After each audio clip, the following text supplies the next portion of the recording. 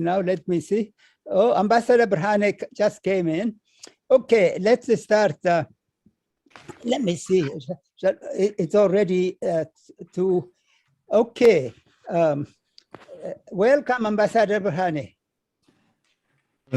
Well, thank you. Thank you, Professor Ephraim. And hello, everybody. How are you all? Let me introduce them, Ambassador Berhane. Okay, you have here our dear friend, Vicky Huddleston, Ambassador Vicky Huddleston. You probably know her personally. Sure. Ambassador Tim Clark, you know him, not you, Ambassador Berhane? Ambassador Tim Clark. Say hello. Ambassador Yamamoto, you know Ambassador Yamamoto. Say hello to Ambassador. Then Ambassador Christie from Finland, no? Yeah. Am I right? Yes. Yes, Ambassador Christie. And then we have here, Dr. Eleni Gabramadhian, whose house was recently investigated, just joined us. Ambassador Talahun, Professor Talahun Bayana, Professor Talahun. I think, let me see, there are a couple other people who said they'll be coming. Shall we start or shall we just wait a couple more minutes?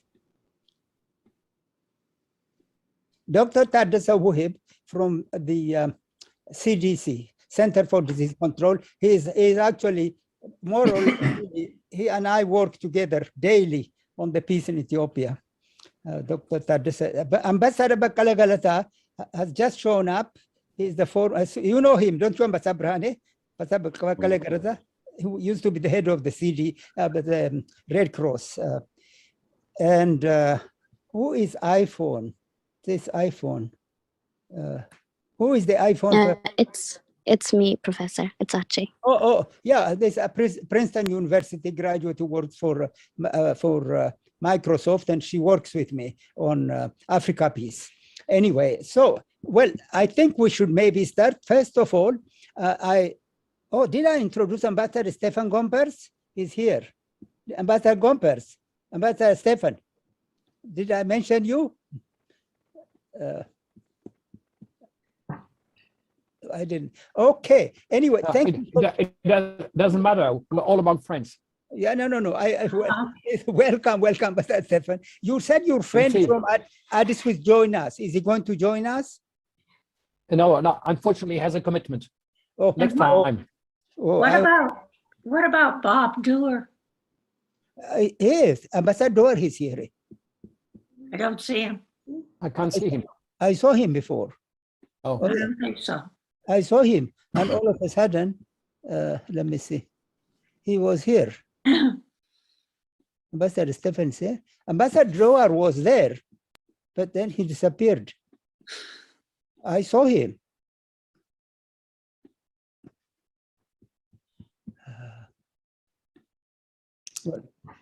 What happened? Didn't I introduce him before when I spoke? Not really. I thought he was there. He usually shows up. Yes. And Raffaele Di Shall I call him? Would you like to call him Ambassador Stefan? Ambassador Doerr? Sure. Would you give him a call?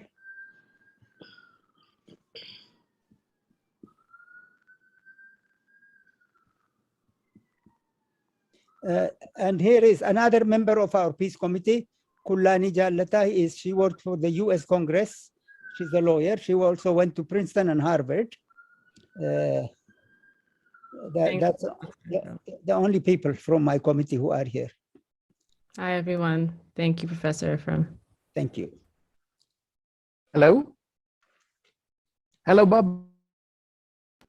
How are you? Are you joining us tonight? Are you joining us, joining the meeting with Professor Ephraim?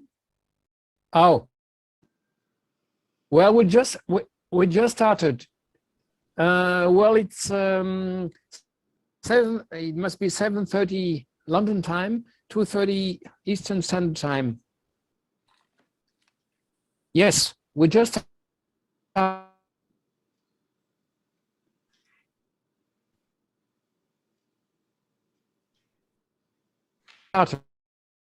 Should I send it back to you? Okay, I will. Well, Bob Dewar is on a call, but he'll join us as soon as possible. Okay, then shall we start? Yes. Okay, well, let me first of all introduce to you all our distinguished guest today, Ambassador Berhane Gebrekristos.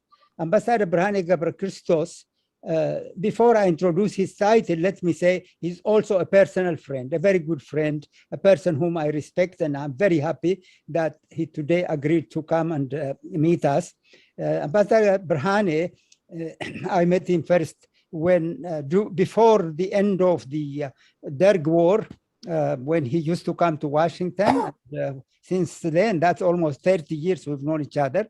Then Ambassador Berhane was actually officiating at the meeting that happened in Addis, the Peace and Democratic Transitional Committee. And I remember he's coming to me at the back of the stage, asking me to say a few words at the conclusion of that meeting. So we've been really very close friends who've known each other, and I have great respect for him and for his intelligence.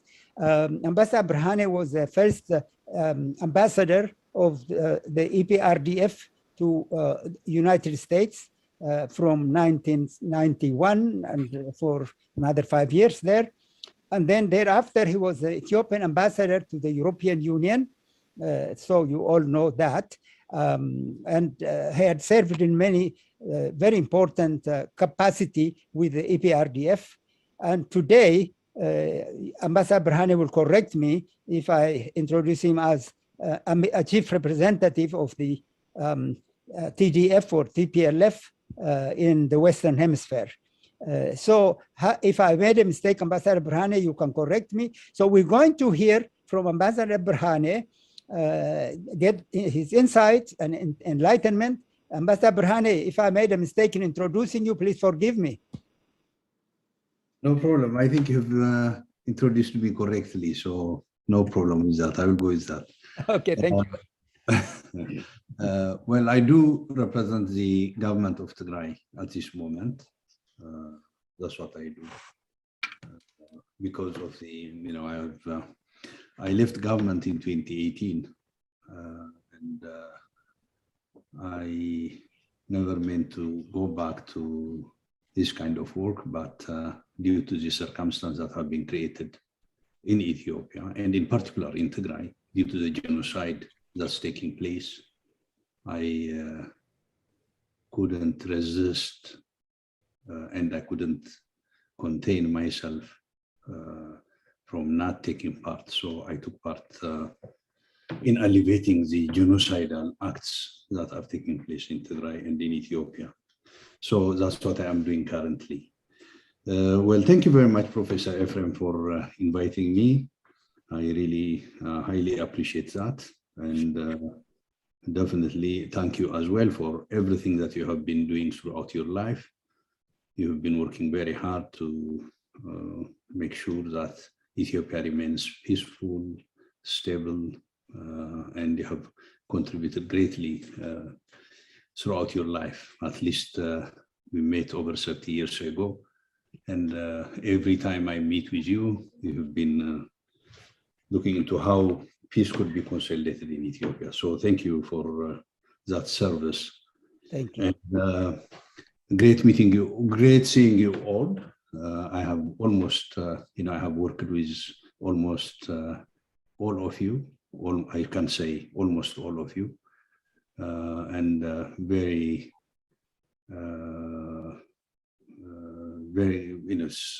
it's a great occasion for me to reconnect with some of you and to see you again after a while. So thank you for as well. I would like to thank you as well for the service that you gave to your nations and to the institutions that you represented in Ethiopia. I think you worked very hard to strengthen the relationships. And at the same time, I should recognize that during your tenure, you have contributed greatly to Ethiopia's miraculous economic development and to the tackling of poverty, where Ethiopia tackled around over 30% of poverty during more or less adding up during your tenures. Thank you for the concerns that you showed then, the support that you showed then, and the contribution that you have on at least improving livelihood of the Ethiopian people. So we are very grateful for that.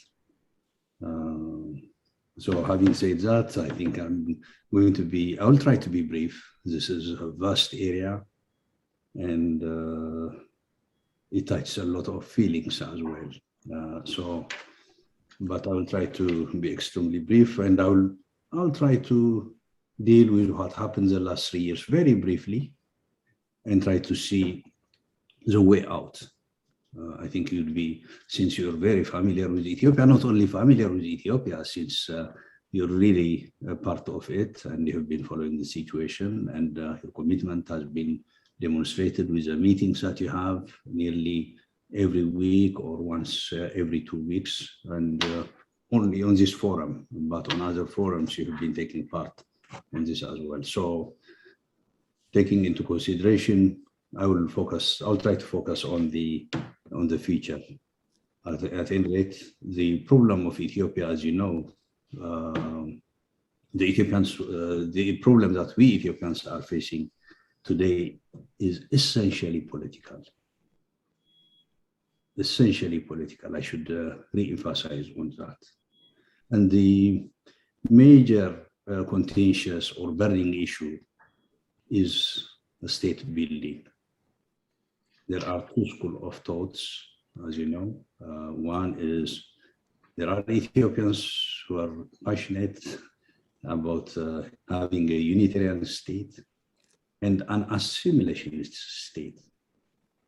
There are Ethiopians who are passionate as well on federalism. So here is devolution of power and centralization of power. This has been contentious for a long time in Ethiopia's history because of our diversity and so on. I don't want to go into that details. At any rate, this is the issue that we have been confronted today in Ethiopia. We put mechanisms, not a perfect one, but mechanism and framework that would allow us to address these issues peacefully. I think we came up with a constitution, we came up with laws that would enable us to address these burning issues, these contentious issues peacefully. At any rate, the mechanisms didn't work, the framework didn't work. What happened is when Prime Minister Abiy came to power, his sole interest, in my opinion, in my sincere opinion, his sole interest was consolidation of power around himself. I repeat, around himself. And for this to happen, he had to look for a social base, for a social group that supports this. And bear in mind, he came from a federalist camp, he came from Oromia, he came from the Opidio. He came into power through a federalist, basically federalist party or a coalition, the EPRDF. When he came to power, he wanted to consolidate power around himself. Then he had to look for a social base. He found out that the ultra-Amhara nationalists were the base for this. Why? Their interest has always been, having a Unitarian state and an assimilationist state. In order to have consolidation of power, power has to be centralized. So these two interests matched. So he switched his social base from the federalist area, from the federalist sector into the unionist and assimilationist camp. Well, in order to have his centralization, the two, in order to have centralization, a unionist and assimilationist state, they had to abolish the constitution. And they had to abolish federalism, because federalism entails devolution of power. Devolution of power and centralization of power do not go together. So they wanted to abolish this, and this created a lot of chaos. Why? Let's see the steps that they took. The first step that they took was their first, they wanted to do this in an unconstitutional manner by abolishing the constitution and by force. The first action that they took was in the Somali region. They unseated the government then militarily and put a loyal government to the prime minister, who would work with the unionist or centralist venture. Then the next step was Tigray. Prime Minister Abiy sent a commando unit to imprison the Tigrayan leaders. This was immediately after he came to power, after a few months. What happened was the commando unit that came to unseat or to imprison the Tigrayan leaders were apprehended at the airport and were kept in Tigray for 2 months. Then they were sent back to Addis after 2 months, after having negotiations and asking for clarifications. Then he continued changing the governments, the regional governments, and replacing them with his followers and with his friends. That's what he did in order to create a centralist system of governance. The major obstacle to this was definitely he did it in the south. As you might remember, he went to Awassa and he gathered the leaders. There was an incident in Awassa city. He went to visit Awassa immediately after that incident, and he informed the leaders that they should unseat themselves and resign themselves. In his flight from Awassa to Walaita Sodo, that's 15-20 minutes flight, maximum of 15 minutes flight, I guess, because it's in the same region. As he was flying to Walaita Sodo, the officials resigned. The party leaders and the government leaders in the region resigned, so that they paved the way for him to appoint his, I should say, friends, at any rate. This is how he unseat the governments and tried to consolidate power around himself. The major obstacle to this was Tigray. Why? I don't have to go into the details, you'd understand that. Tigray fought for 17 years, from 75 until 1991, around 17 years, for decentralization. There were around 60,000, over 60,000 people that sacrificed their lives, over 100,000 that lost parts of their bodies. And a lot of destruction happened during this war. So definitely it will not be easy to reverse devolution of power or federalism in Tigray. So he started preparing himself to invade Tigray since the first day. So there were a lot of pressures that were undertaken, including closure of roads and so on and so forth. At any rate, as you all remember, after all these actions, I think the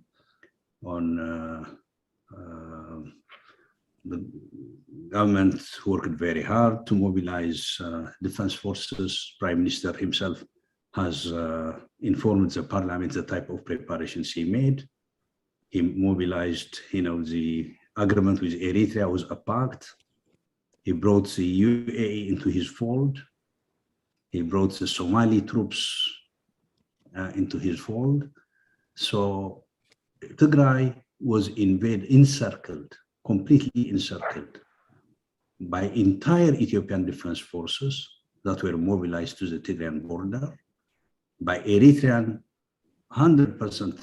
Eritrean defense forces, UAE drones, and Somali 3,000 troops, and Amhara forces. Literally 4 nations invaded Tigray. I should say 5 with the Amhara region invaded Tigray. This is what happened. So as you can see what it means with all these capabilities and all these force. I don't want to go into bore you with the consequence of war, which everybody knows, the genocide, sexual violence, looting, pillaging, destruction that took place. All this happened. What I can tell you is Tigray has been taken to Stone Age.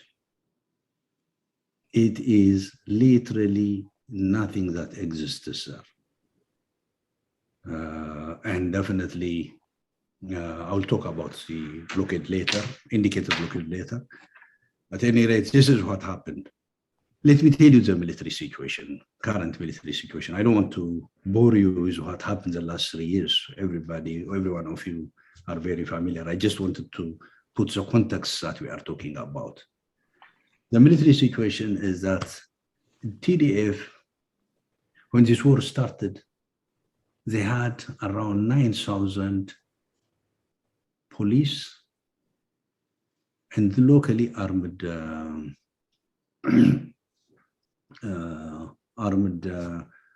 farmers and so on that would serve the local administrations as volunteers and as police. So totally they had 9,000. That's what they had. General Sarkan has as well stated that. So it's 9,000 that fought with 5 nations. I'm indicating as well the Amhara region as one nation. There are actually 4 UN recognized nations. So at any rate, what we can say about the war and about Tigray is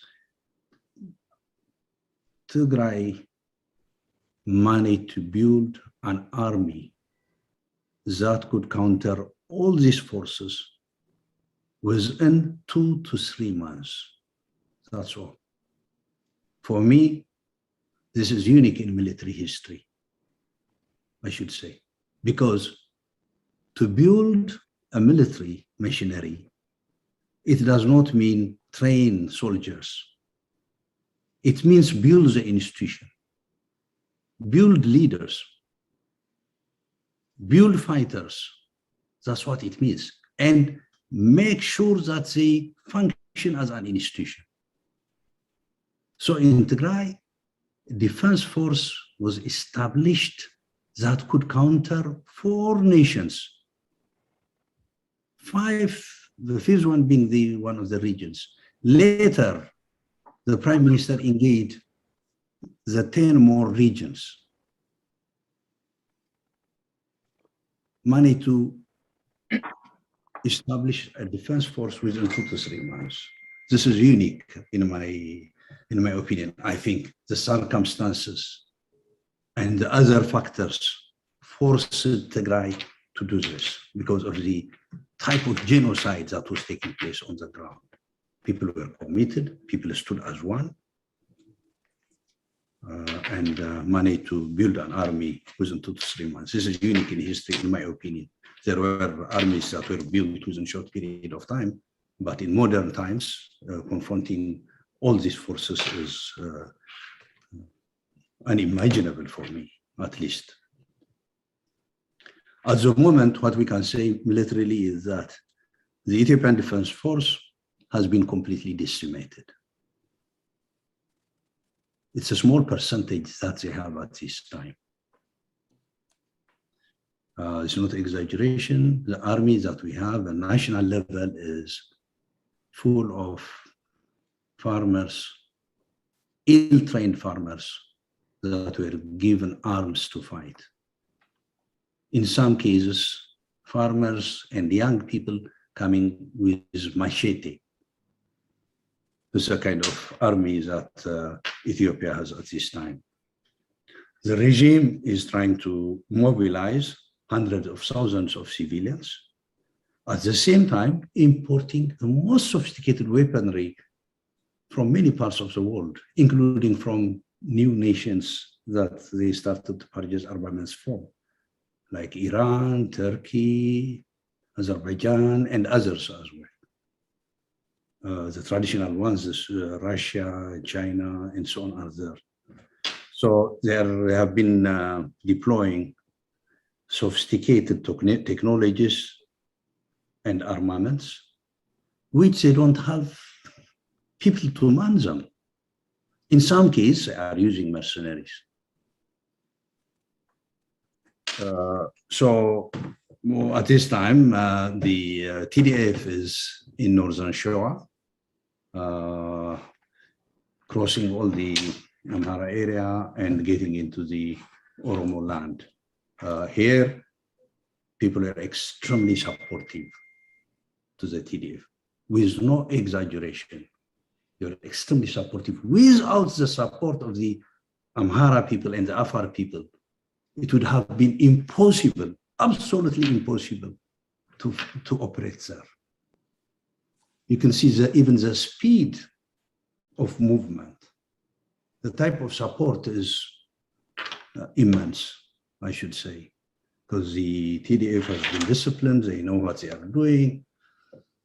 And I don't want to go into that detail. I just wanted to indicate that. The political situation, I'd like to mention a few points here.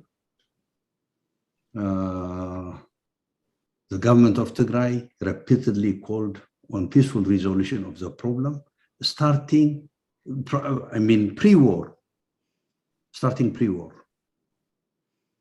As you might recall, the coalition of Ethiopian Federalist Forces came up with a proposal of settling problems in Ethiopia. This is prior to the war. The war started in November, but in September 2020, they came up with a proposal. Then the Tigray government came up with 2-3 proposals, some comprehensive proposal for peace, some for ceasefire. So has been calling consistently for peaceful resolution on the part of the government of Abiy. There's been consistent rejection. As you all know, the international community tried to convince Prime Minister Abiy and his government, the US, EU, African Union sent elder leaders as well, as you all know. IGAD tried, and nothing happened due to lack of cooperation from a part of the government.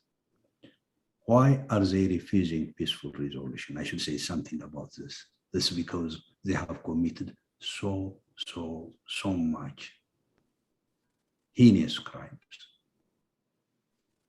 Going to peace talk means addressing the problems. Addressing the problems ultimately will lead into accountability. So Isaias and Abiy do not want to go to this process. This is the sole reason why they don't want to do that. As you see, the world has been trying to bring solution to Ethiopia's problem. The world, even look at some of the statements coming from great powers, coming from institutions, trying to indicate to the Prime Minister that he should be forthcoming, trying to encourage him to come into a path of, peaceful resolution, consistently refused. It's because the level of crimes that they have committed would not allow them. They would rather go to the end. That's, I think, the one of the characteristics of genocideers. If they begin it, they have to finish it. This is what experts as well say. And for this reason, the government has not been forthcoming. So I would like to inform you another development is that the United Front of Ethiopian Federalist and Confederalist Forces has been created. There are 9 groups that have taken part in here. The Afar, Agao, Benishangul, Command, Somali, the Oromo, OLF, OLA, Sidama, Gambella, Tigray. These are the groups that have come together to form a united front. They have shared beliefs, as I said, they have shared belief on democracy, equality, and self-determination. They want to address few I'd like to mention some of the concerns that they have and some of the concerns that they have and they want to address. They want to address the deteriorating security situation of their country. This is one of their concerns. Secondly, they want to bring an end to the deliberate attempt by Abiy regime to drive Ethiopia into all-out internecine war. Thirdly, they want to ensure a peaceful transition in the aftermath of the demise of the current government. Fourthly, they want to ensure an all-inclusive political dialogue takes place then. For me, these are the 4 most important tasks that the United Front has undertaken. The members have agreed on some issues. They have agreed to have an all-round coordination against the regime in Addis. They have agreed to form security arrangement if and when needed. Bear in mind, there is no defense capability in Ethiopia today. There is no defense force. There are militias. That's what we have on the part of the Abiy administration. All have agreed to ensure that Eritrean and other foreign military forces and security personnel exit from Ethiopia. And they agreed to work jointly towards an all-inclusive political dialogue and establishment of a transitional arrangement. These are the tasks that they have undertaken. On the way forward, I think the collapse of Abiy regime will definitely create a security vacuum at the center, and stabilizing the country in the aftermath of the removal of the genocidal regime requires putting in place a provisional structure until we have a transitional arrangement. So there will be a provisional administration established for a very short period of time, and then through all-inclusive political dialogue, we'll have a transitional setup or a transitional arrangement. This is the way forward that we envisage, and this should come into place as soon as possible. And there has been consultation taking place amongst different political parties, so that every one of them, there will be no exclusion. Definitely the exclusion will be with PP, with the Prosperity Party, because if they are defeated, if they come to their senses and engage in peaceful resolution of the problem, definitely they could have been part of it. If they are defeated militarily, then the PP will have no place. The rest of them, with no exclusion, everybody will take part in the national dialogue, and then a transitional arrangement will be established. This is how we see that we have to overcome problems in Ethiopia. Unless we do this, unless we have an all-inclusive political process, it will not be possible to stabilize like a country like Ethiopia, which is extremely diverse in many aspects. So this is what I wanted to say. This is, I hope I have touched on some issues that would enable us to interact.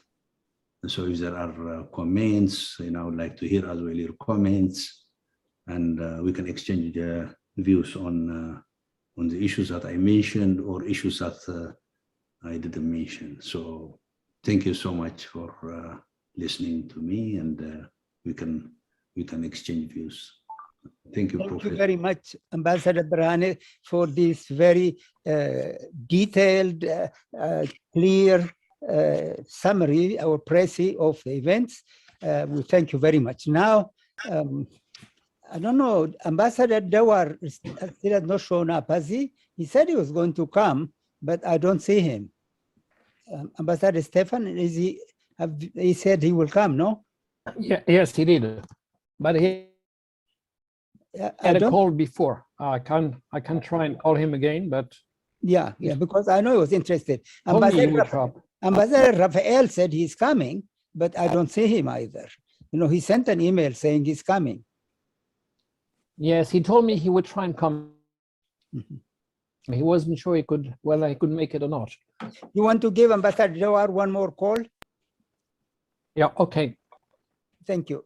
Well, in the meantime, let me say, Ambassador Berhane, really thank you so very, very much. And I myself learned a lot today from what you said. So now maybe we can start dialoguing. The dialogue would be with our guest ambassadors, my friends, my committee members. We can listen in unless there's some urgent reaction. All right.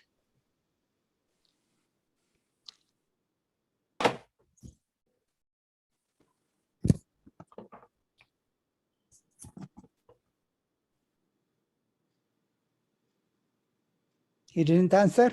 No, I'll try in a few minutes again. Okay, thank you. So let's now open the floor for dialogue, discussion. Well, can I start? Yes, please. Please, Ambassador Stefan. Okay. Thank you very much, and thank you, Ambassador Berhane, for this very interesting statement. I know you're in frequent touch with my good friend Jean-Christophe Béliard, who was my successor in Addis Ababa. He's a very good friend of mine. I have a couple of questions. First, regarding the present situation. What do you think of the attempt by the African Union at establishing a channel of negotiations, particularly Obasanjo? Because I understand that at the beginning you were a bit reluctant to accept Obasanjo's mission, but now perhaps the opposition has softened it a bit. Second question regarding the present situation. The US called for restraint in military operations, especially on your part. What are the TDF going to do with this call by the US? And finally, let's suppose, I don't think it's very likely, but let's suppose tomorrow, Prime Minister Abiy says, okay, let's sit around the table and talk. Would you accept him as an interlocutor? This is the first group of questions. Then I have some questions for what you described as the interim period after perhaps a military solution if there's no negotiation. If the transitional government is put into place, what do you think you will do with the other institutions like Parliament, the President of the Republic, our good friend Salih Ouagzadeh, the President of the Electoral Commission? Will they remain in place? Would they have to play a role? That's my first question. Second question, how do you think you control the issue of accountability, which you very aptly described? Because as you said yourself, this might be a deterrent for the people who are in power at present, because they might be afraid that they would have to be held accountable. So do you envisage some kind of justice mechanism or reconciliation? Could you give us some details? I mean, we know there are precedents like in Rwanda, for instance. Last but not least, how are you going to deal with Eritrea and Isaias? your good friend Isaias. Thank you.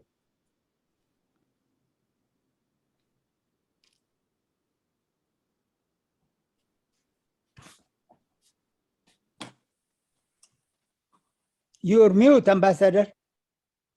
You're mute. Oh, okay. Sorry. Thank you, Ambassador. You've raised very important and pertinent issues. First, in regards to President Obasanjo, President Obasanjo is a good friend of Ethiopia, and he's a highly respected personality in Ethiopia. So there has never been a problem with him mediating.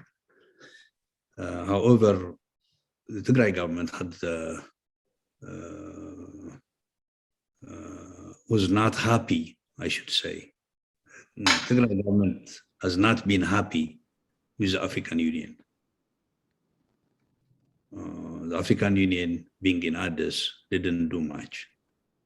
Not only that, the chair of the commission made a statement to the effect that he would support at the beginning of the war, he stated that he supported the law and order enforcement actions taken by Abiy.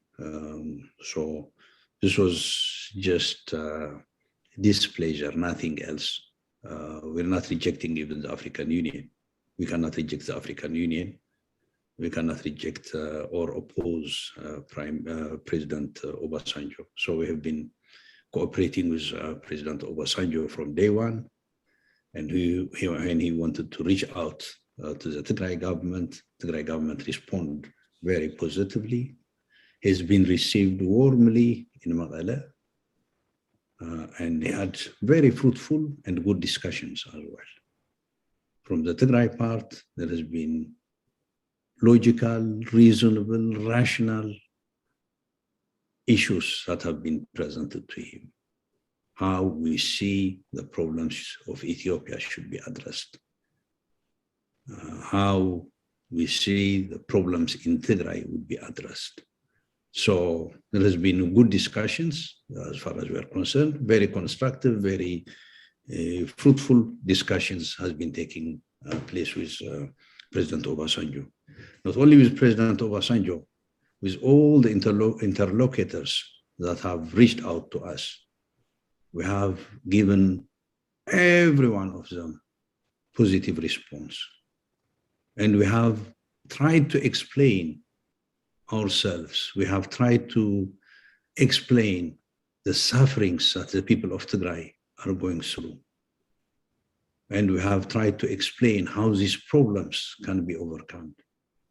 So on the part of Tigray, Tigray has been very, very forthcoming and responsible in this sense. In regards to the second question is in regards to the US calling for restraints. We appreciate that. I think it's a very good intention. It is a call with good intention, a call that would save Ethiopia. This was along with our belief in Tigray. We believe that war will devastate Ethiopia. Not only devastate, it's bringing, as a matter of fact, implosion of Ethiopia. This implosion is not going to be confined to Ethiopia, but it's going to have great ramification in the region. We have no interest in this at all. No interest of whatsoever. It's because it's destruction. We benefit and our people benefit from peace. So when when there are calls for peace, we strongly support them and we give them maximum support. So the US call has been good, but what happened is you have to understand where we are. You have to understand the circumstances where Tigray is. First and foremost, genocide is taking place at full swing against Tigrayans.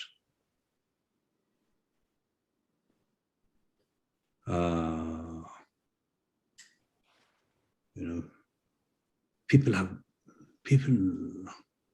killed in thousands.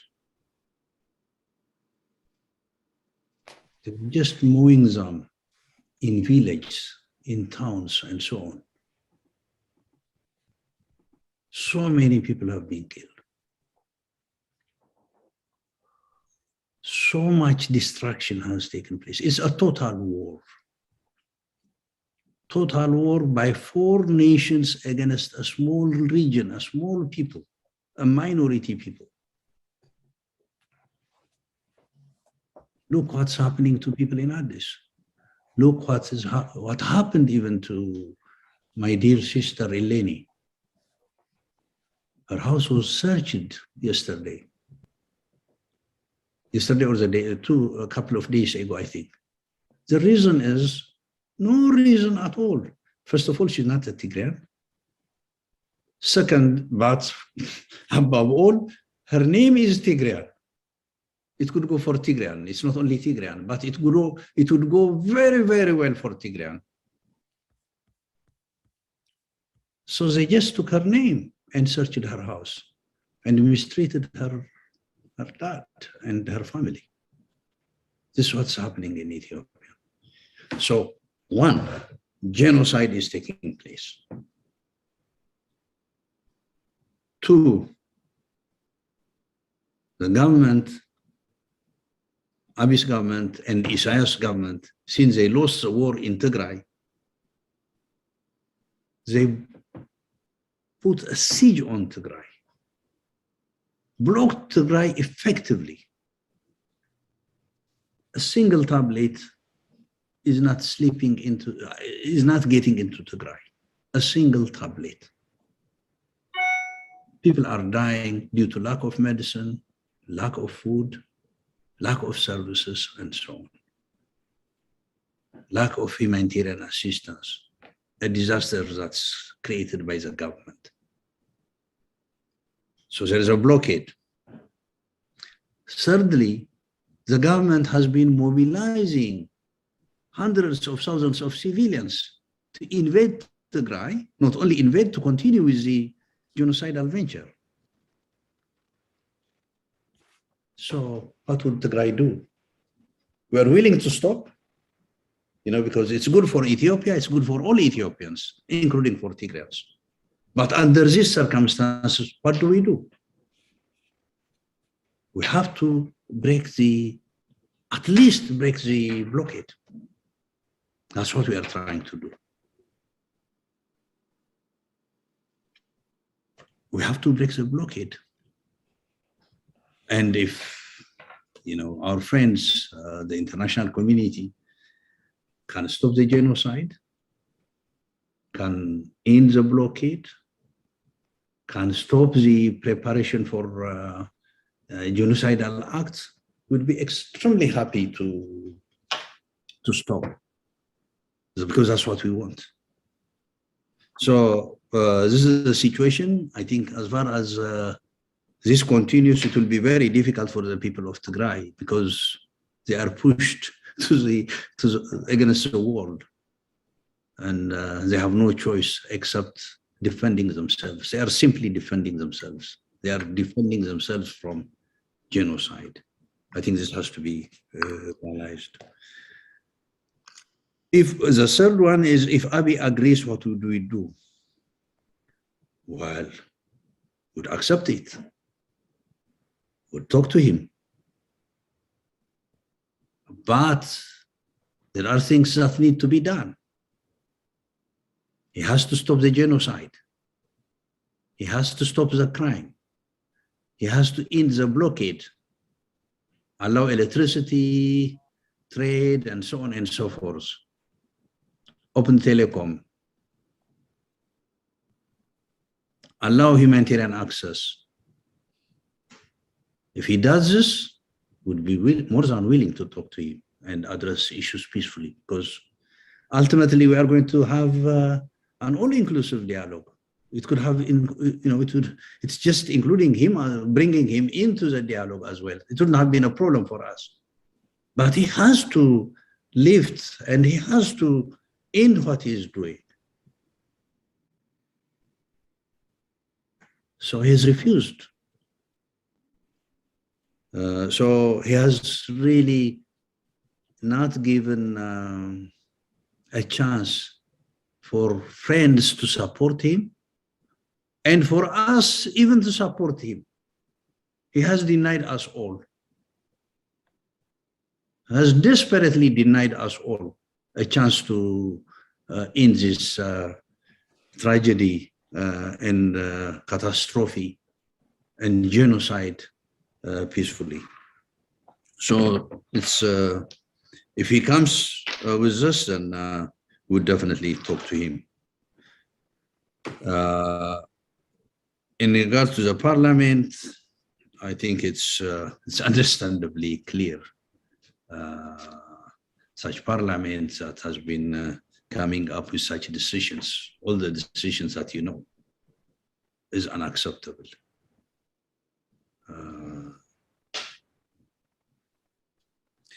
And the Council of Ministers is definitely going to be unacceptable. There have to be others that have to take over. One thing that I would like to tell you is Tigray does not have the intention of taking power and dominating and so on. These are illusions. There is no interest of doing such things. As we said, there will be inclusive political process. We want to bring peace to the nation, to the region, and so that we will be able to address the problems that we have peacefully. So this is what I can say, and with the others, there will definitely be accountability with the criminal elements, and criminal institutions have to account for that. And definitely we will work with the UN and others in investigation. We want them to investigate into the crimes that have been committed very, very seriously.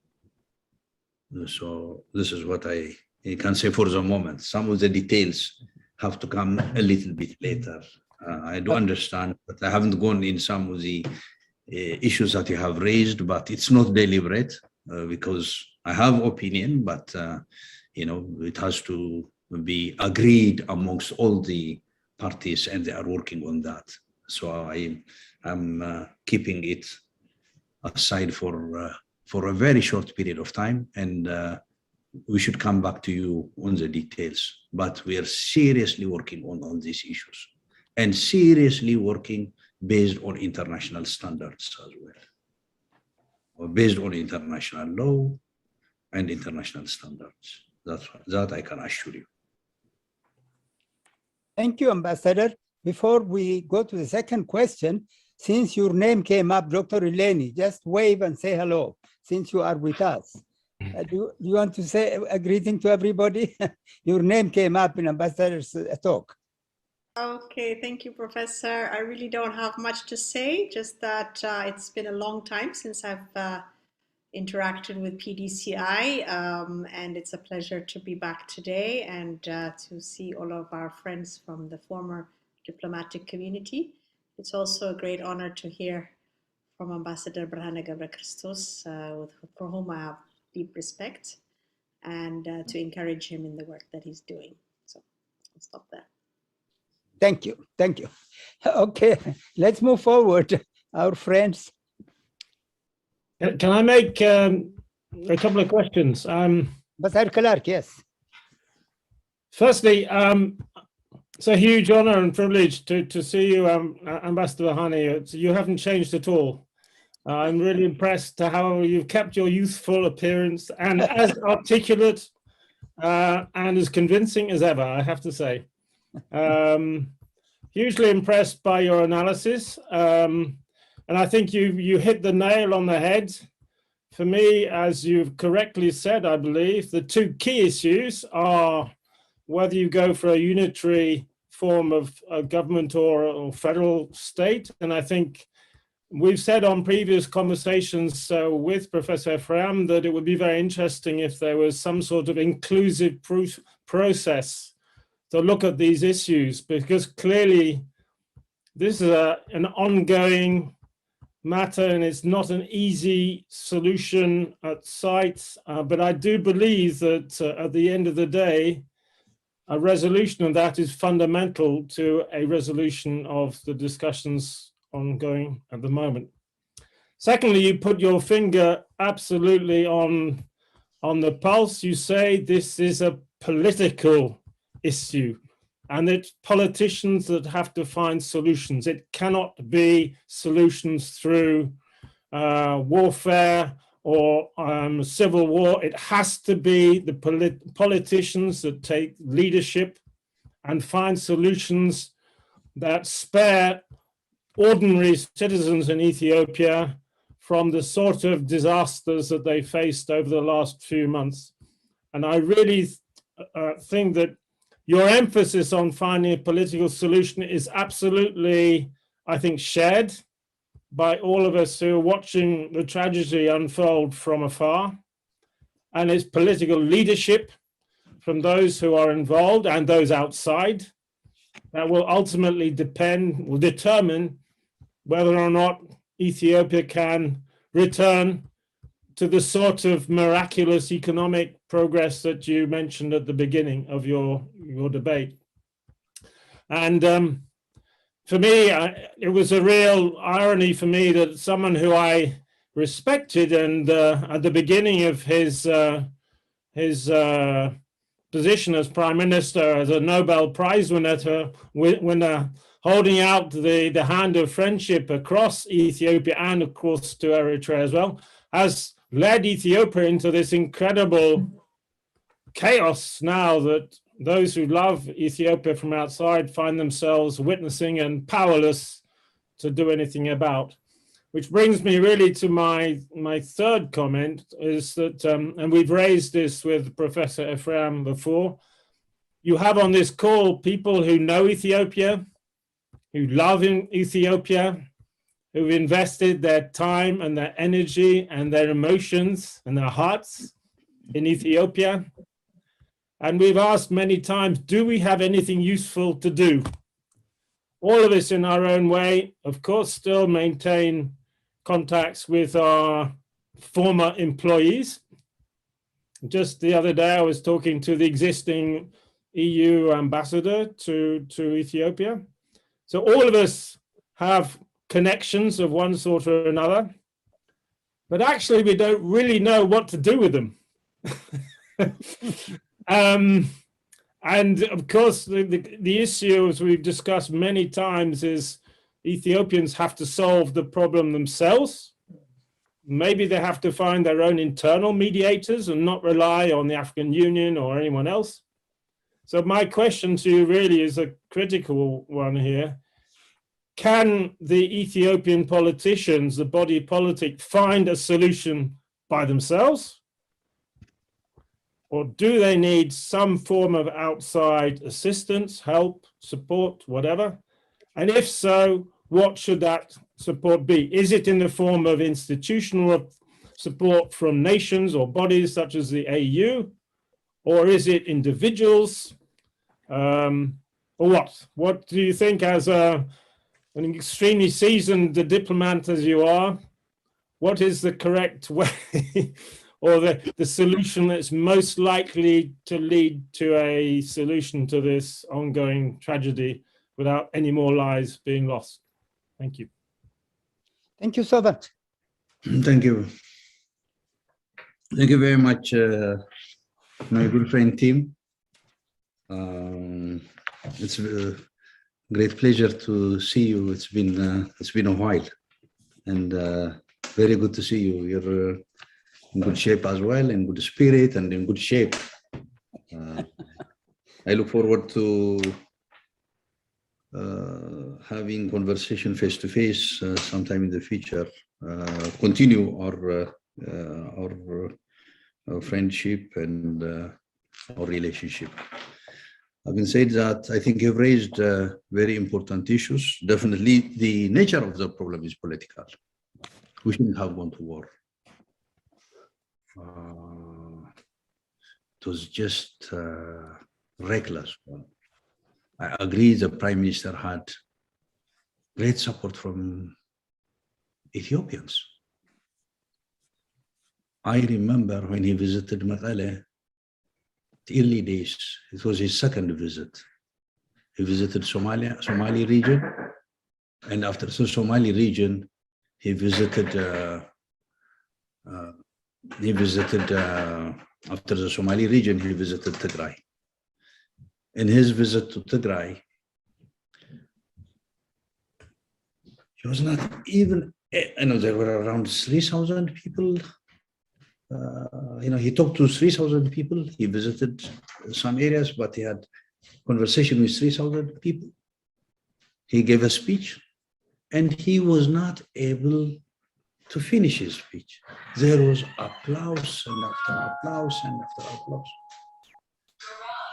And leaders in Tigray, TPLF leaders, local government leaders, were extremely happy to see him. I assure you, the TPLF was there and the government of Tigray was there to support him to succeed. There should not be any doubt about it.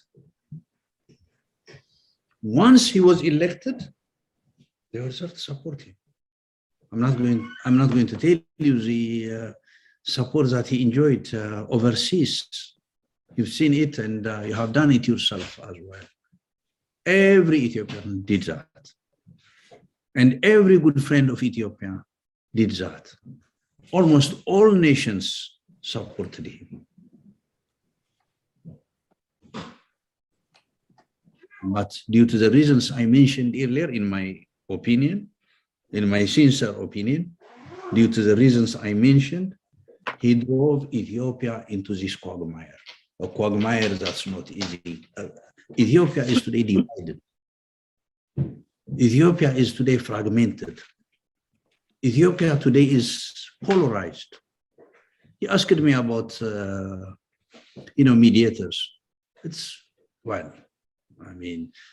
This is a country of 110 million people, and there are responsible individuals and personalities and level-headed elements from all sectors of Ethiopia: Amharas, Tigrayans, Oromos, Kambatas, Walaitas, mentioned from 80 groups. There are reasonable and level-headed Ethiopians, for sure.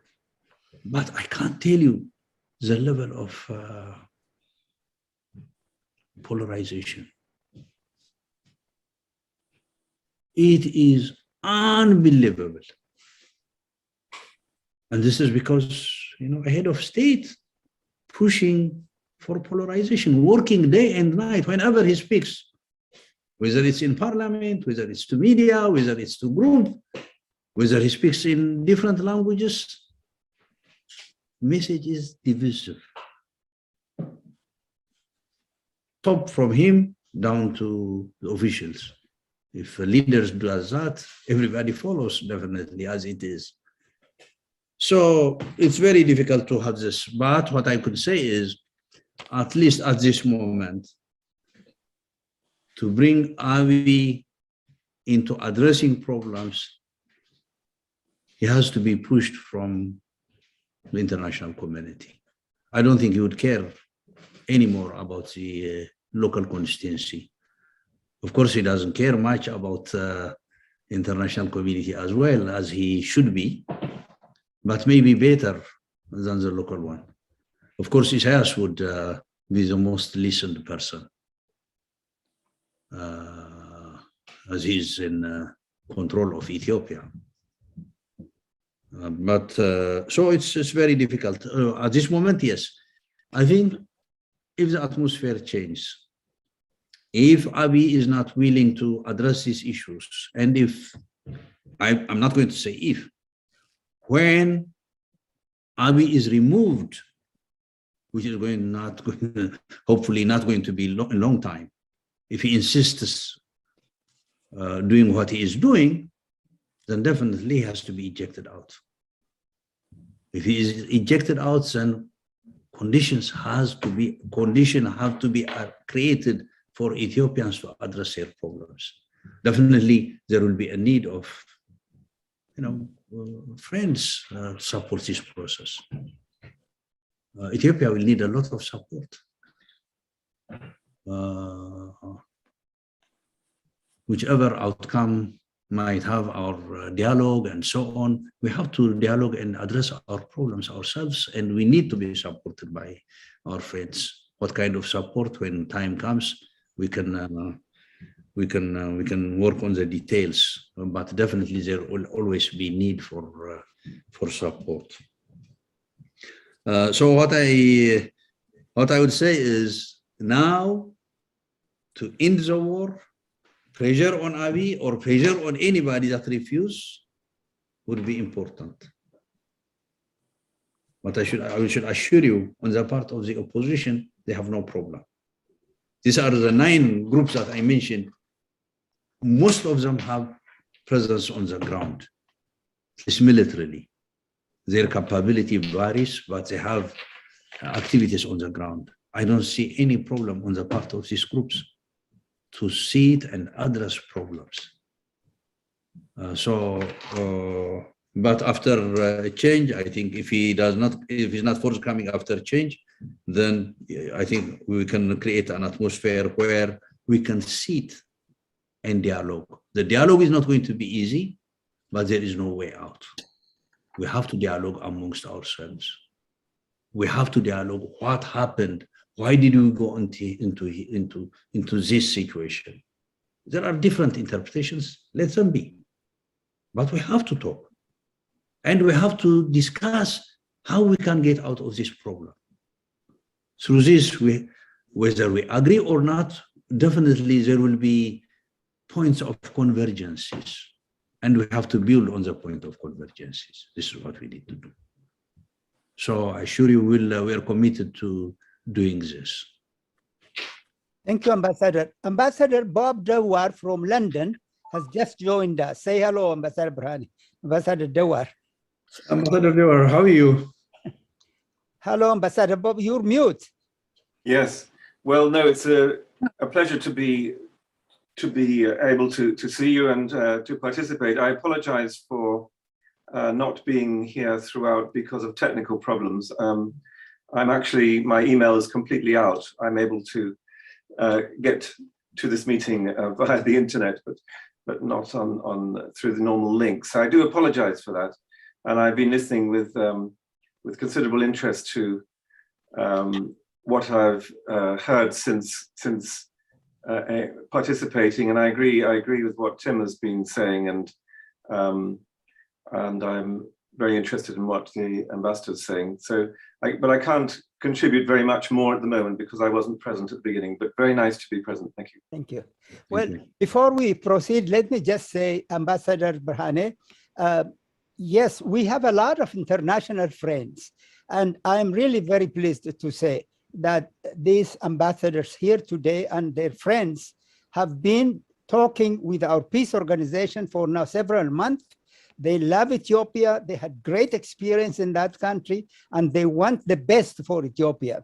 So I think this group of ambassadors are themselves in line to cooperate with us to promote peace. If I said something wrong, Ambassador Vicky, who's been here all the time, can correct me. Ambassador Stefan, Ambassador Yamamoto, you can correct me. But I do believe this group of former emissaries have a very important role to play in the future of Ethiopia. Okay, any other comments from our other friends?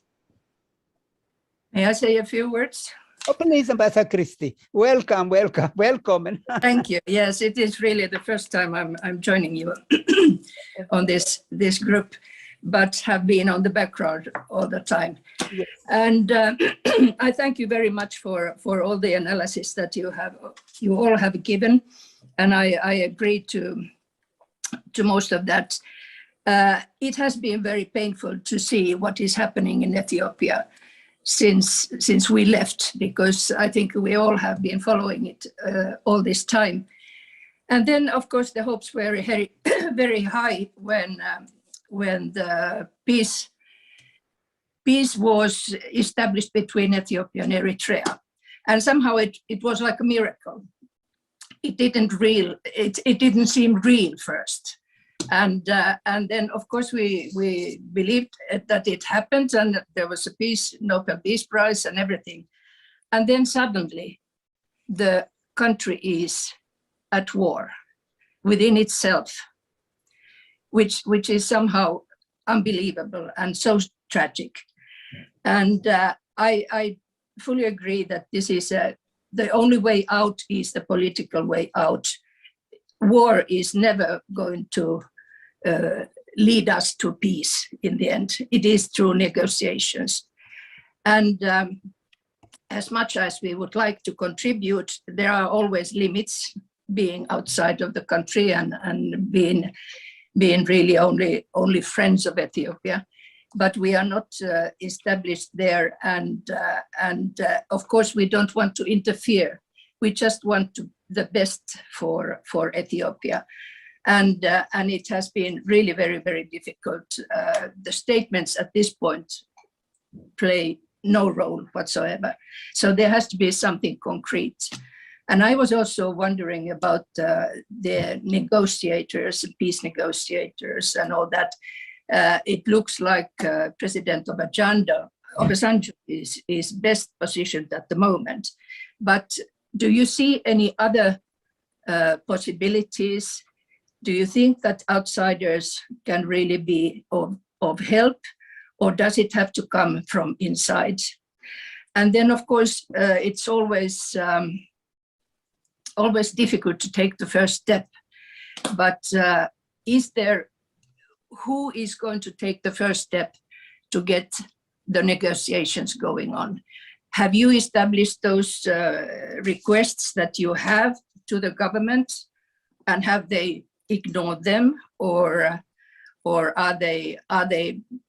is there any kind of contact between the government and Tigray at the moment? Thank you. Thank you very much. Thank you for raising these important issues, Ambassador. Indeed, when the agreement between Ethiopia and Eritrea was signed, I think a lot of people were extremely happy. In Tigray as well, there was, I should be frank to tell you that there was a bit of doubts of the intention, but basically supported it with caution, but came up to a conclusion within a short period of time, knowing the intents of that agreement. The intent of that, first of all, I, for one, had been engaged on issues of peace with Eritrea prior to 2018. Actively engaged, working on proposals and so on, as well with other members. So there were proposals, there were positions that would enable to address the problem between Ethiopia and Eritrea prior to 2018, which Isaias was aware, but not willing to take that offer. When Abiy came, no change at all of position. He said the same things that the EPRDF was saying. And they signed an agreement. Their discussion was solely on one issue. That was on how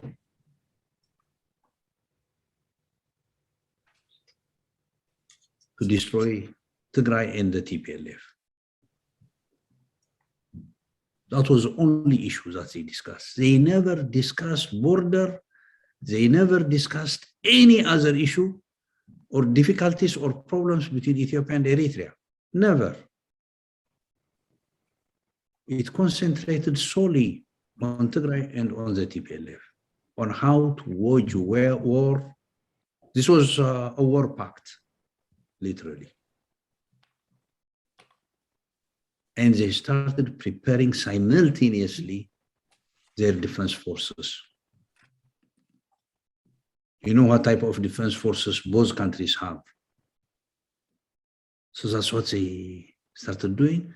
And Isaias has stated that openly to the media and the Eritrean public and to the international community, saying that the issue of border is not an issue. It is how to wash away Tigray and TPLF. That's what he stated repeatedly. So this has been center of their discussion, unfortunately. So you're right to be surprised to see that this agreement, which generated a lot of enthusiasm and optimism, turned to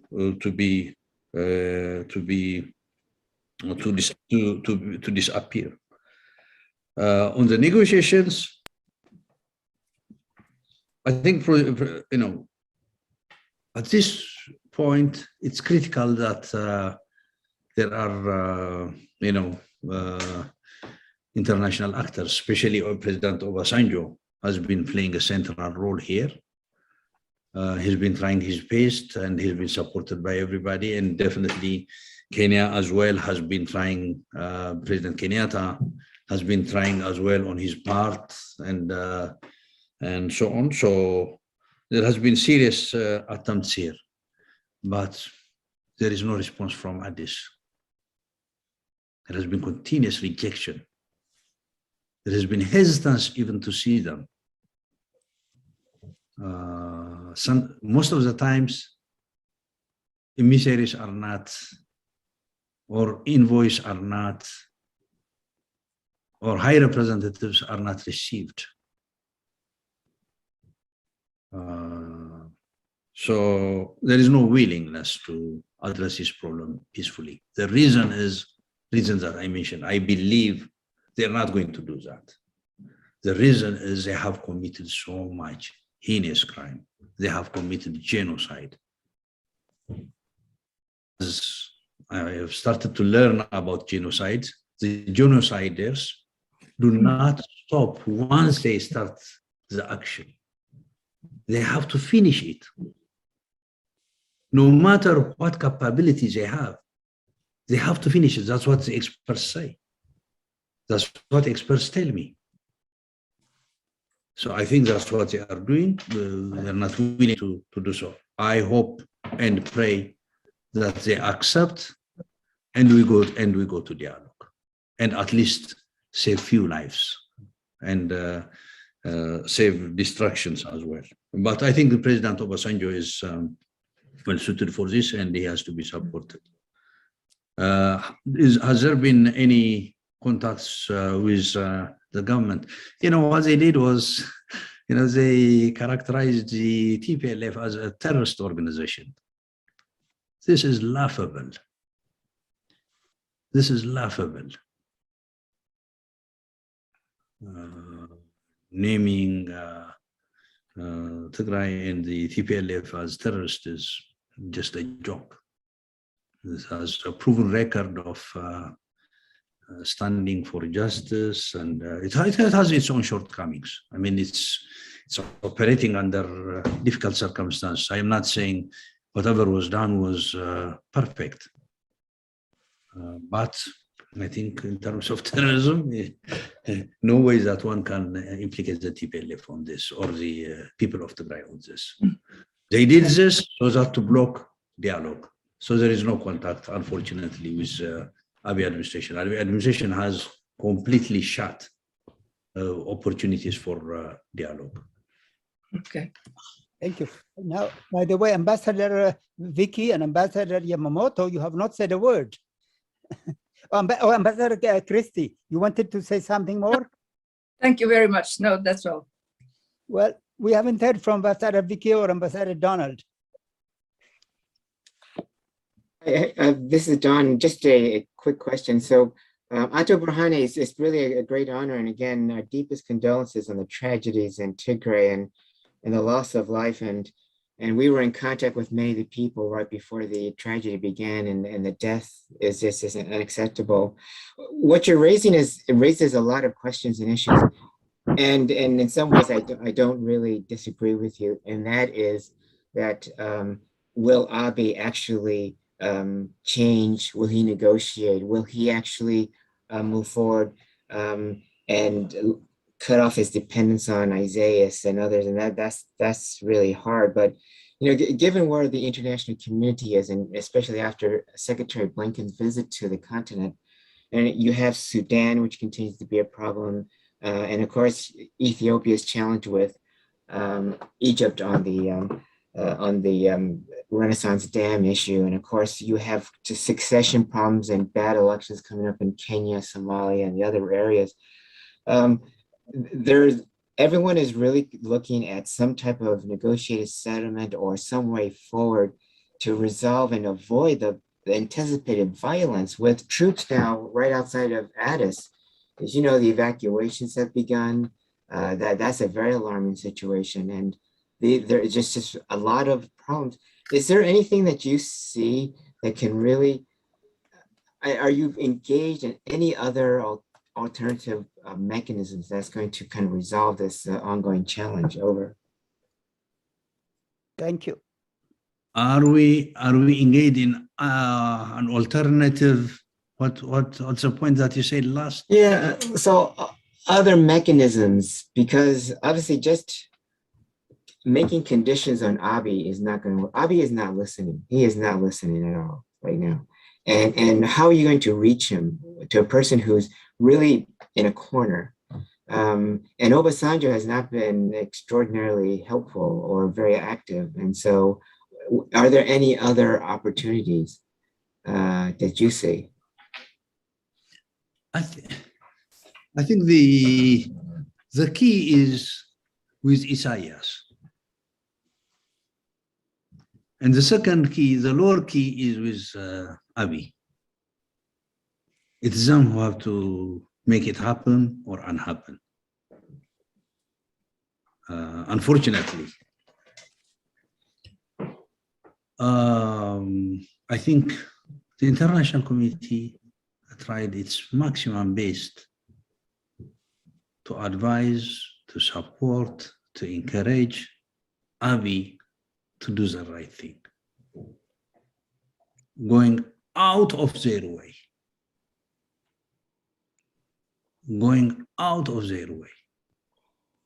which is appreciated on our side. The attempt and all that is appreciated, but refused. The choice is to stick with Isaias, either live together or die together. They have become inseparable. The reason is the crimes that they have committed. He's not, Abiy is not put in a box. He could have decided a bit earlier and engage himself in negotiations. He could do it today. Tomorrow is going to be much more difficult and different.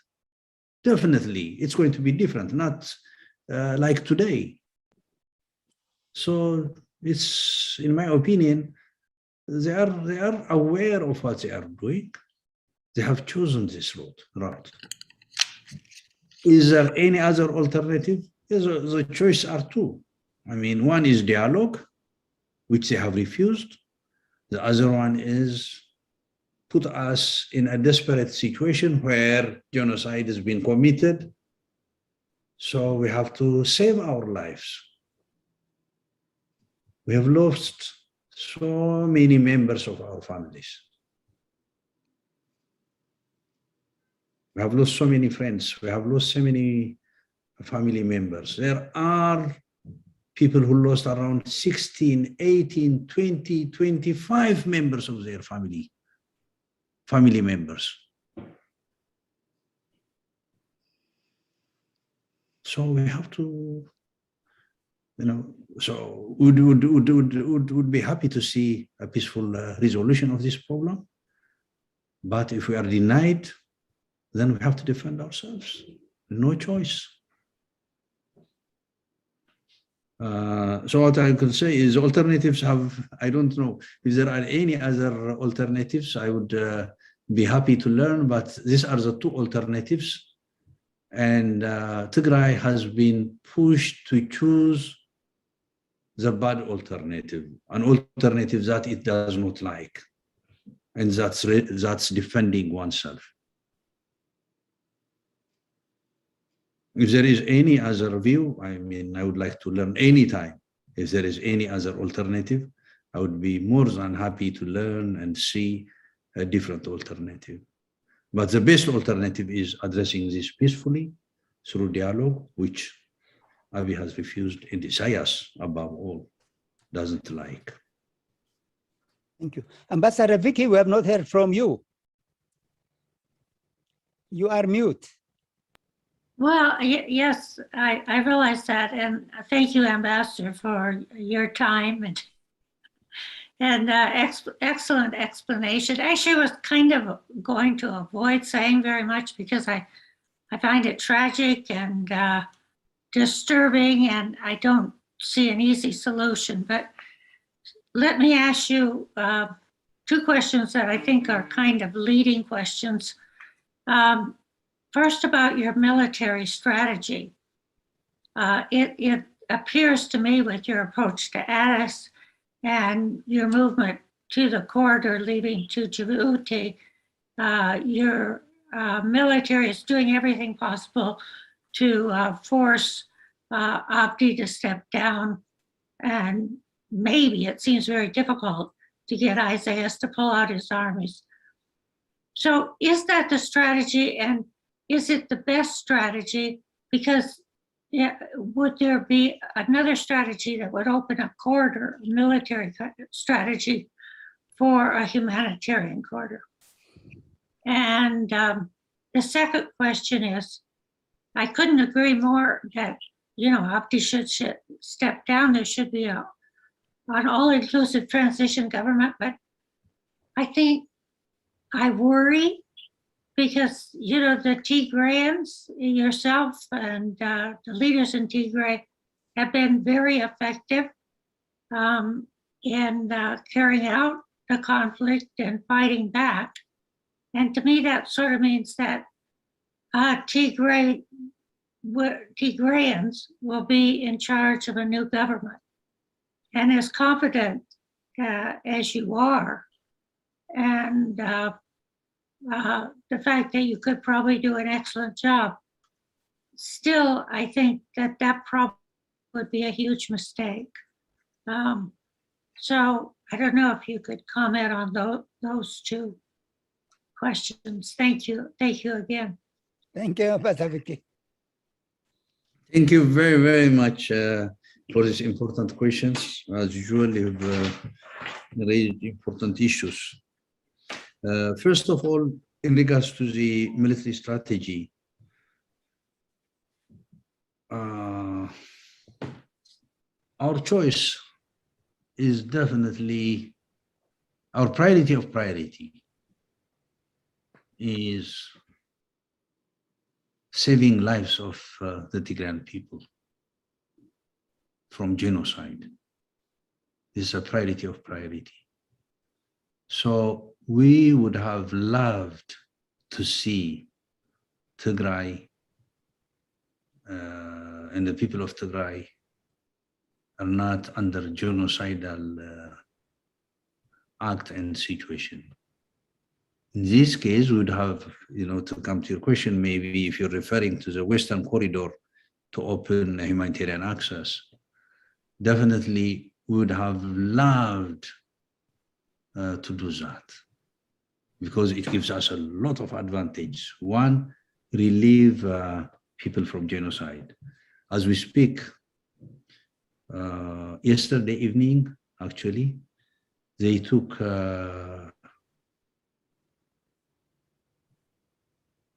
less than 100, I guess, people towards Takezi, the river Takezi. What they do is they kill them on Takezi River. They kill them and throw their bodies into Takezi River. This is classical genocidal act. They have done that repeatedly. And yesterday evening, they took them to Takezi. I didn't hear whether they've been killed, but it looked like that they were going to kill them near the river. This is from Western Tigray.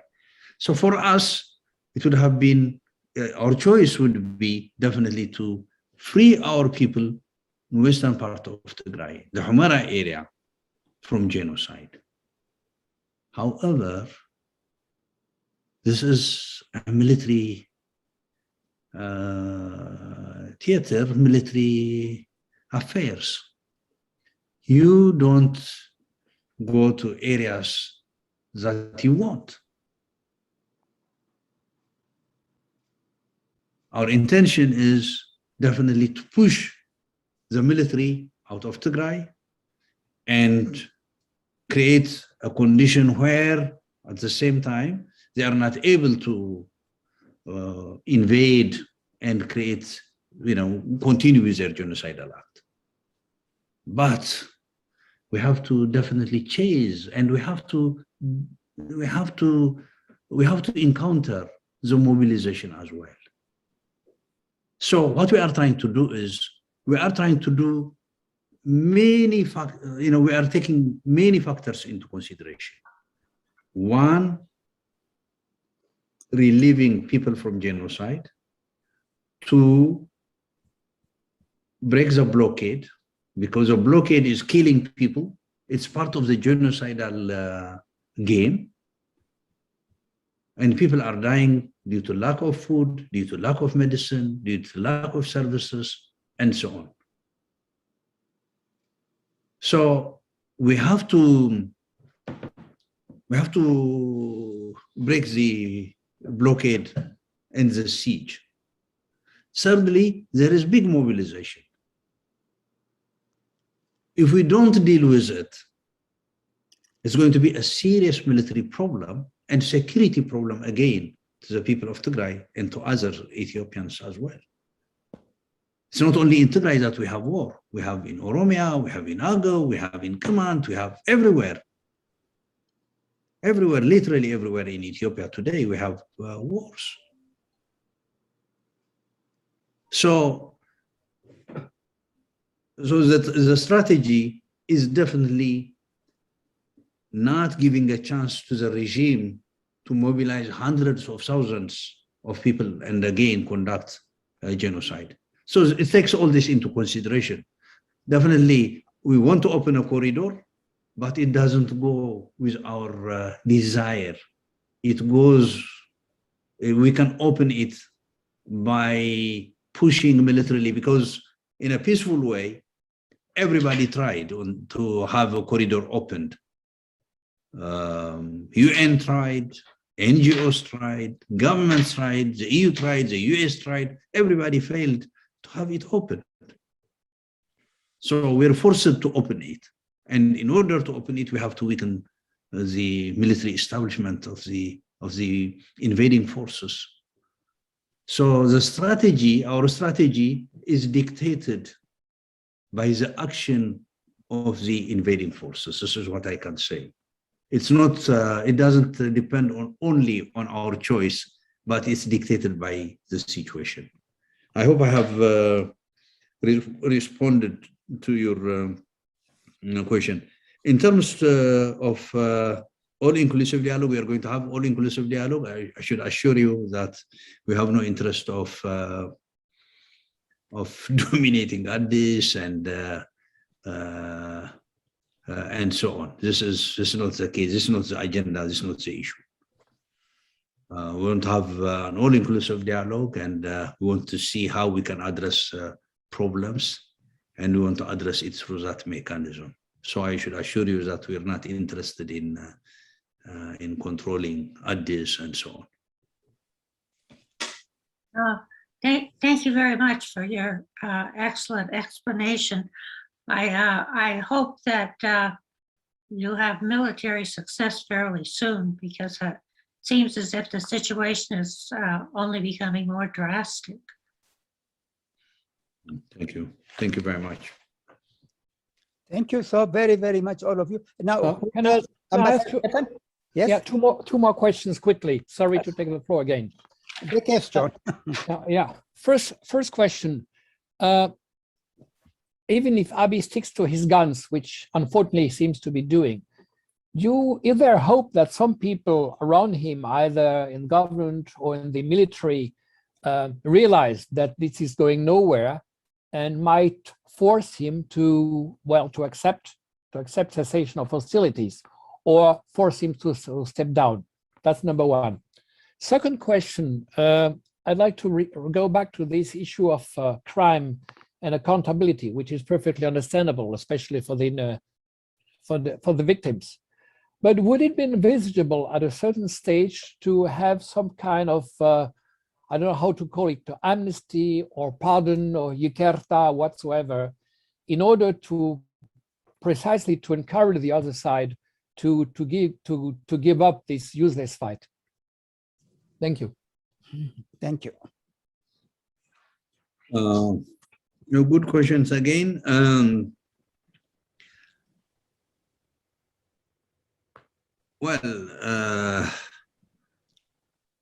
There are people that realize that this is not going anywhere from the government side.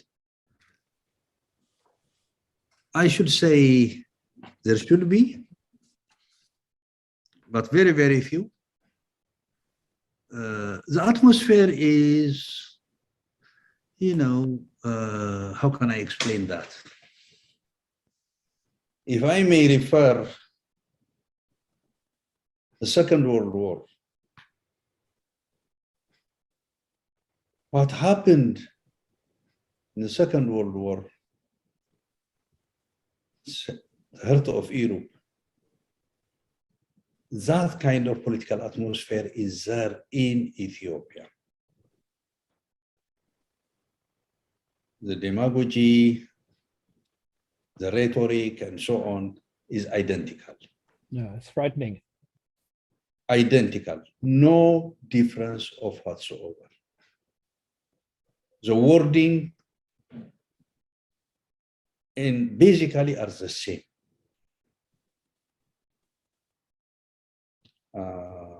I think that needs to be taken into consideration. So people have gone with the wave. Talking to your friends, you can see the polarization. Some that you knew a few years ago, talking to them today, you see that most of them have lost their sense of balance and their sense of rationalization. They are irrational. They are totally partial. They belong to the sack that they came in from, and they cannot even see out of the sack that they are in, that they think they are in.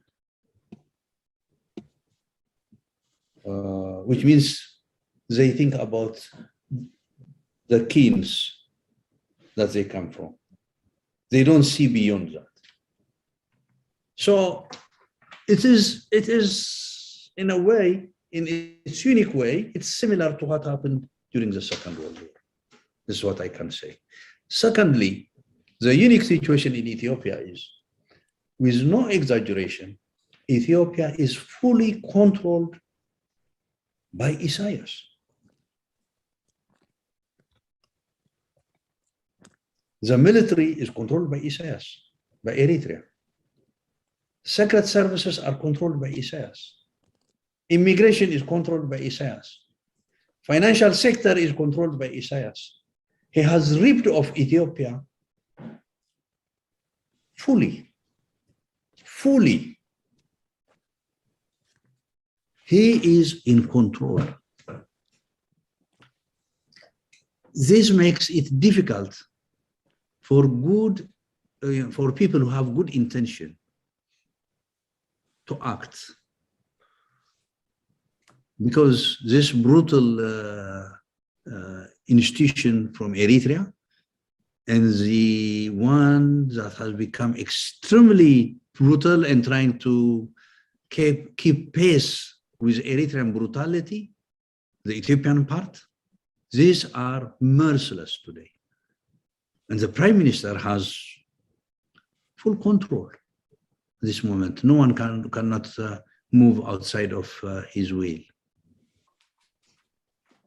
So what has happened is, this is the situation that we are operating in Addis and in Ethiopia. So this makes it difficult for people who have good intention to act.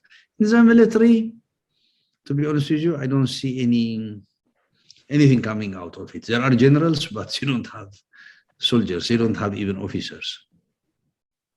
And the generals are in many aspects meaningless, incompetent, and so on and so forth. There are few who could be competent, but most of them are incompetent. So what I would say is, I don't see anything coming out of this, primarily due to the two reasons I mentioned: the Second World War kind of situation and the Eritrean control. Last question is the issue of crime, accountability, and so on.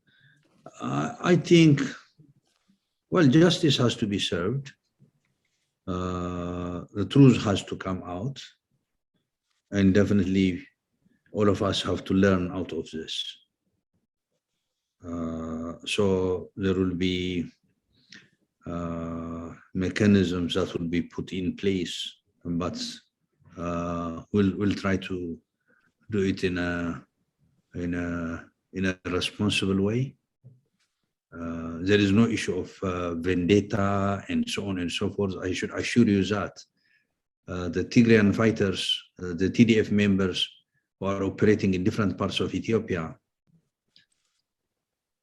have kept their mind clear. They are not engaged in any sort of vendetta. They know who did these problems. They don't attribute it to other groups or to other peoples. That's why they have been supported by the people in Amhara and in Afar. So, and in 1991, you remember what kind of brutality we had in Ethiopia in the 70s, 80s, and early 90s. There was no retribution. There was no vendetta. So I assure you that we'll try to do everything possible to have accountability and justice, and people of Ethiopia learn out of this, and so that they can live in peace. If something goes wrong here, we know what the consequences are. The consequences are going to be grave. So far we have gone into deep catastrophe. If we are going to get out, we have to do things responsibly in the future. And I assure you it will be done very, very responsibly, given the circumstance that we get into. We have 10 more minutes left. If there are still our friends who would like to bless us with their thinking, with their enlightenment, with their questions, we have 10 more minutes.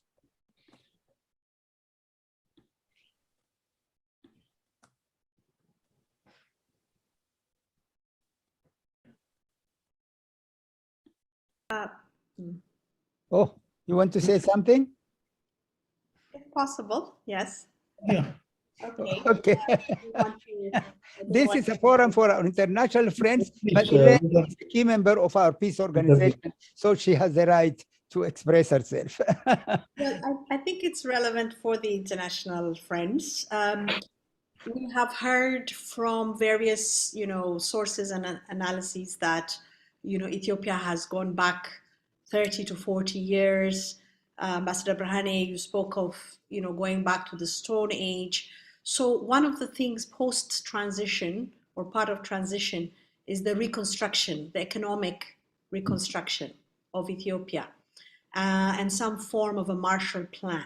So my question to you, Ambassador Brahani, is obviously there are many other pieces that you're focused on, but to what extent has there been some kind of an estimation of the extent of the Marshall Plan that would be required to bring Ethiopia back to even where we were 3 years ago? So that's my first question.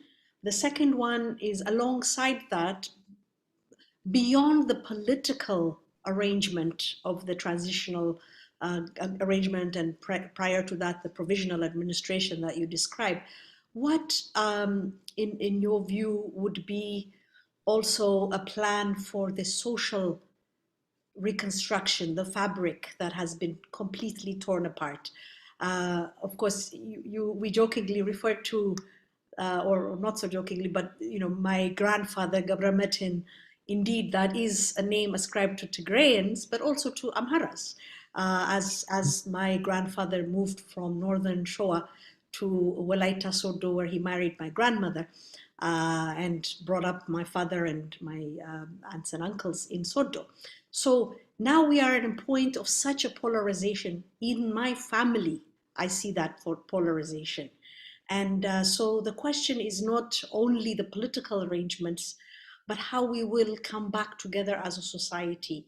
And some might even question whether we were ever together as a society, because it's almost frightening to me how quickly the unitarist perspective took hold.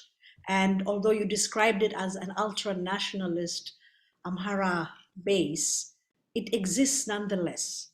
And we have to do something about it. And I have in my own family those who you might describe in that way. So the question is, how do we come back together?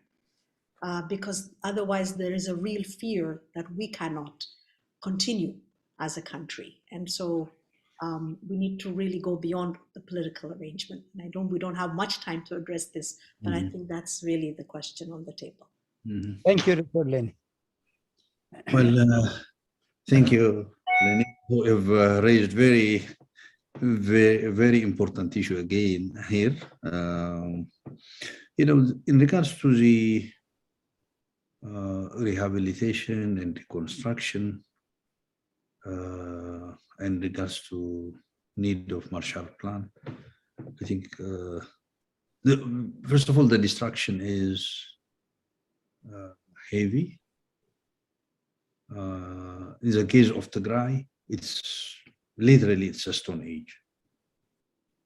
A number of clinics are very few. Today, you don't have even medication. People who need dialysis, I'm mentioning dialysis just as an example, there is no one sack of medication of dialysis. So people are dying. Mention any type of medication, diabetic and diabetes and any kind of sickness and medication, there is no drug at all. So people are dying. At any rate, the infrastructure has been completely demolished, completely looted primarily, and the rest demolished. So now there has been,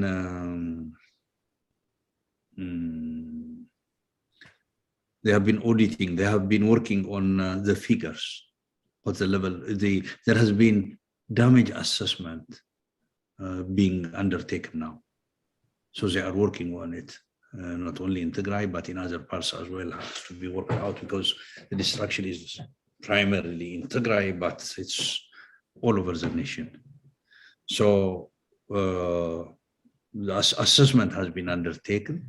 A good part of it has been worked out, but some remains to be completed because some of the territories are not easily accessible at this moment, and the government does not allow this to take place. So it has to be done as soon as possible. And once we have an all-inclusive political process, it should help us somehow to reasonably calm down situation and build on that. So the understanding and support of the international community would be very important. I think definitely all of you here have a role, great role to play on that. As friends of Ethiopia and as people who understand Ethiopia, I think you will put all your efforts to make this happen in regards to the Marshall Plan in particular. So it's been worked out, that's what I can say. But it's extensive, it's complex, and it's a lot of work that's needed. In regards to the social, well, you're absolutely right. The polarization is unbelievable. And definitely what you said is correct. A lot of people say, have we lived together? Have we been one nation? You know, it's kind of common question amongst many Ethiopians. You've clearly put it, you know, people are asking whether we had been united, we had been one nation. And the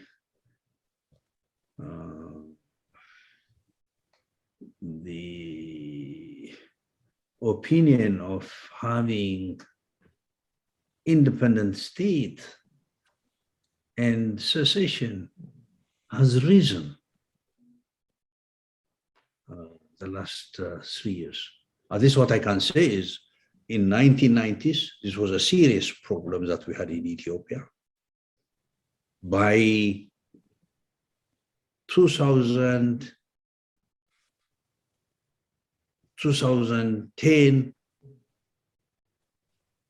people who advocated for independence throughout their life changed their opinion and started to say independence. But now, within a short period of time, within 3 years, people have started to have opinion of independence. They desire to be independent, to have independent states. And the level of skepticism that they have on union is unbelievable. Unbelievable. So the challenge that we have is huge, but what we need to do is we need to sit, dialogue openly, see what happened. It's going to be very difficult, not easy process, but it needs patience, it needs wisdom, and we have to have open, very open forum for the actors, and the debate, the constructive part of the debate, and explaining contexts. I think people have to take part in it as well. Media has to play a different role than it is playing today, because the media, be it the public or the private, have become extremely destructive. They are pushing for polarization today. But when the process of dialogue begins, I think they have to try to heal the process as much as possible. I cannot say fully that will succeed, but there is no option. We have to try, and we have to work hard to make sense to ourselves and see the problems that we are in and how we can get out together. So it's going to be a tough job. I think we have to come up with detailed plans on this. I think people are working on it. Hopefully we'll have a debate on that. And you and all of you should have a role in this, you know, in articulation of how we should deal with this. I think a great participation of people like yourself would be important too. Thank you so very, very much. If there is any other urgent question, we can take one more question. Otherwise, shall we conclude? Okay. In conclusion, let me also put my penny's worth of ideas apropos the last question Dr. Eleni asked. The other week, the BBC interviewed me about this very same question. Would the people of Ethiopia ever live in peace together?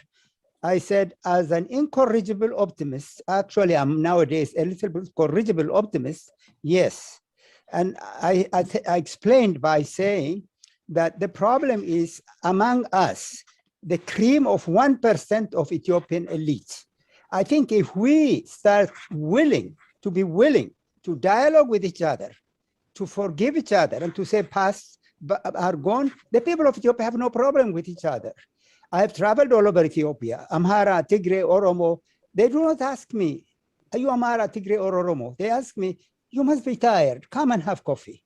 And I remember 5 years ago, I was in Wukro in Tigray, and we're going to look at the excavations. And I saw a couple of women carrying babies in their hands and then heavy firewood on their back. And they were very curious and said, oh, please, you look like tired.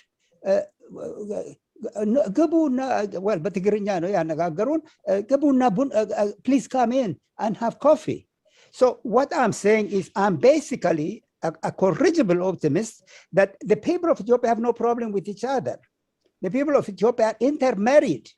I have a neighbor here who's Amhara, and his wife is Tigray. She just had a baby a month ago. They called it Caleb, by the way, Caleb. And everybody I know, even in my own family, there's a lot of, so the people of Ethiopia, the people, but the elites are the problem. And I do believe, however, I do not mean to say the elite are terrible, but the elites need to talk to each other. That is where the problem will be solved.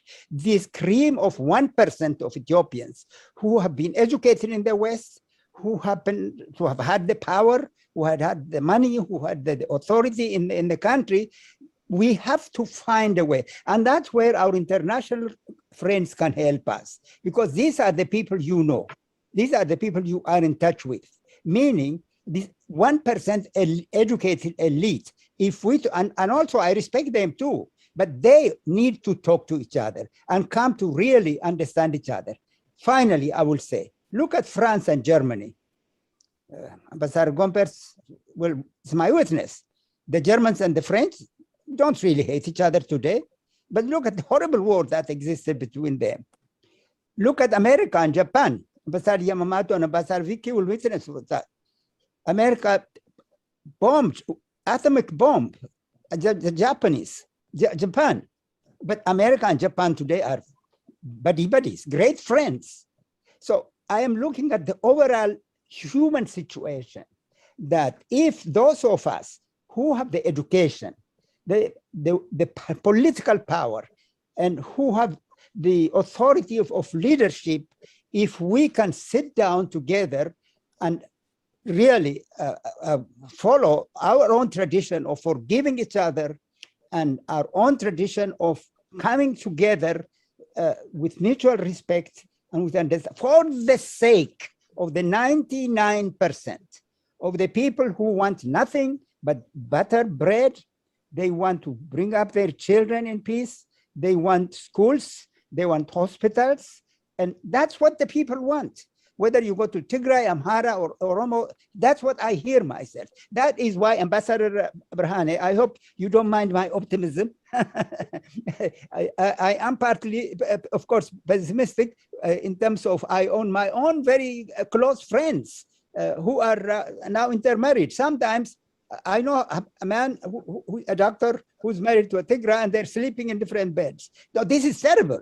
This is terrible. So we have to concentrate on that 1% of the intellectual, the diaspora in Europe, in America, and the political leadership. Then the 99% of the people of Ethiopia are good-hearted people, humble people, religious people, kind people. So they will welcome peace. And so I am very, very thankful, Ambassador Berhane, for your really extremely eloquent delivery, really, and very interesting analysis.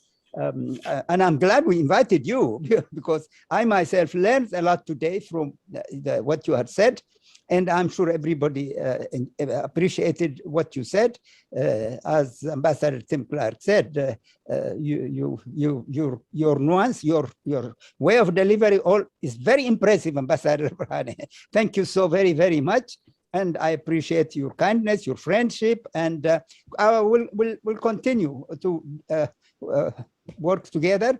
Our dear friends, I guess Ambassador Gurjit sent his greetings because he could not wake up. It's nighttime. And then the Ambassador Rafael said he will come, but I don't know why he didn't show up. So anyway, I'm very happy. Maybe we can repeat this, Ambassador Burhani, if we need to, if you have the time. If there is no question, if somebody who wants to say goodbye, then we thank Ambassador Burhani. I'm sure on behalf of everybody, I want to say thank you very much, deeply, and we pray for Ethiopia. By the way, I'll just say one more word. You see why I'm an optimist.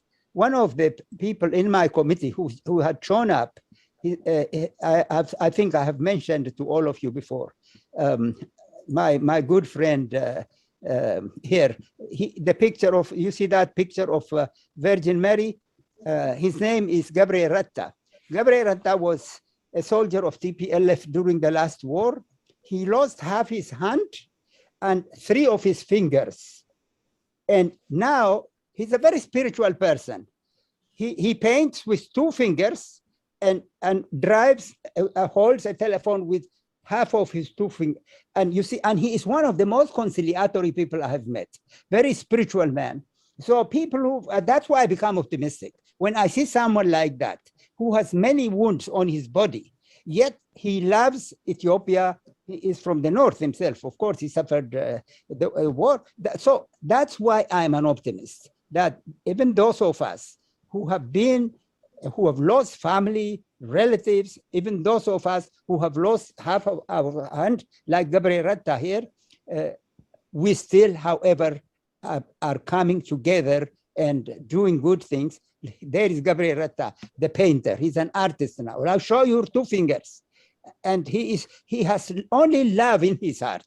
That's why he became a member of my committee. He has no hostility. He has no about the people who threw a bomb at him and almost killed him.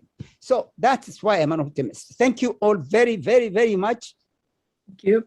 I wish we have a song. We'll sing a song. Next time, maybe I'll revise a song so that it's a song of peace. But finally, our international friends, yes, please keep thinking how you are lovers of Ethiopia, and that's why you are with us. Please keep thinking how we can get an international coalition group to help us. Is that all, my friends? Anybody? Did I not say enough? I spoke too much? Okay, shall we say Thank goodbye? you.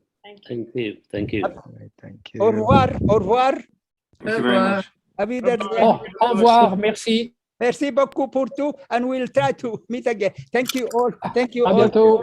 À See you bientôt. soon. Thank you, Ambassador. Thank you. Some of my Ethiopian friends want to stay for a minutes.